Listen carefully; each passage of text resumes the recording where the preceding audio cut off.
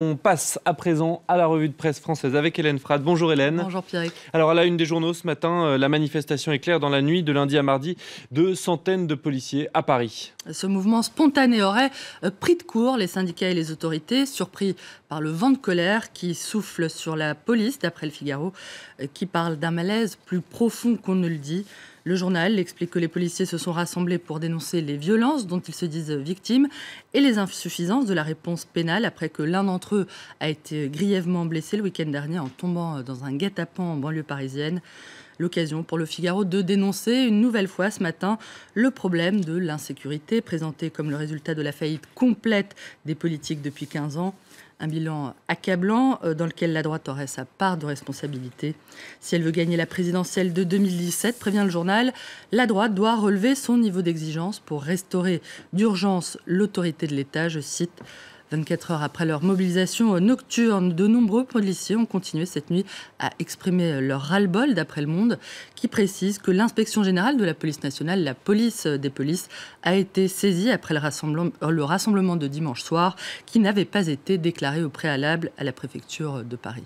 Des policiers qui ne sont pas les seuls victimes de l'insécurité, ni d'ailleurs les seuls à protester contre le manque de moyens. Le Parisien évoque une épidémie de violence contre des lycées en Seine-Saint-Denis, dans le nord de Paris, où l'agression d'une proviseure lundi est venue s'ajouter à une série d'incidents graves dans plusieurs établissements depuis la rentrée.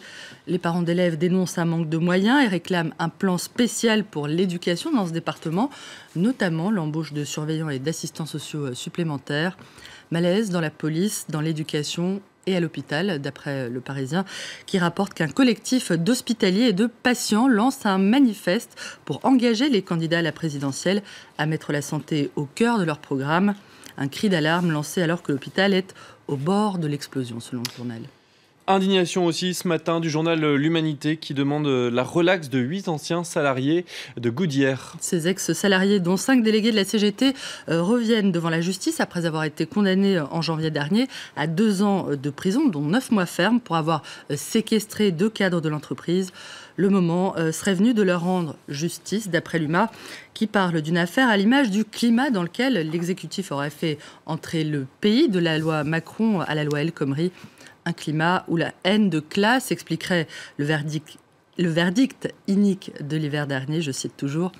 Emmanuel Macron, vient de l'évoquer, n'est plus, lui, dans le gouvernement, mais en piste pour 2017 peut-être. Hier soir, l'Obs est allé le voir à l'occasion de son meeting à Montpellier.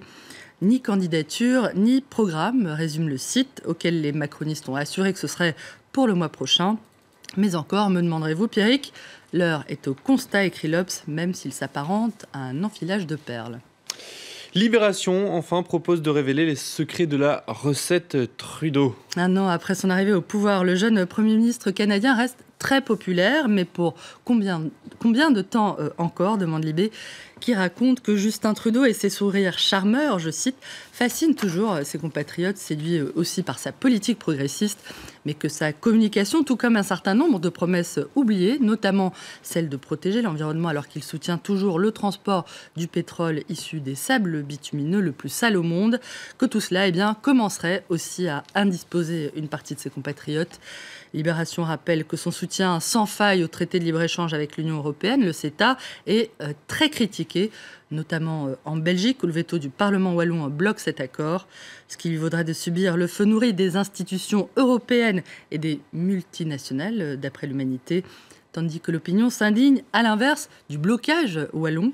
C'est au nom du combat de la démocratie contre les multinationales et contre les atteintes aux droits de l'homme que ce vote a eu lieu, comme si le Canada était un temple ultra-libéral où le social était sacrifié aux intérêts infâmes des capitalistes, ou encore une petite Chine où les travailleurs s'entassent pour un salaire de misère dans des usines clapiers. Quelle régression, s'émeut l'opinion, quelle irresponsabilité. Merci beaucoup Hélène pour cette revue de la presse française de ce matin.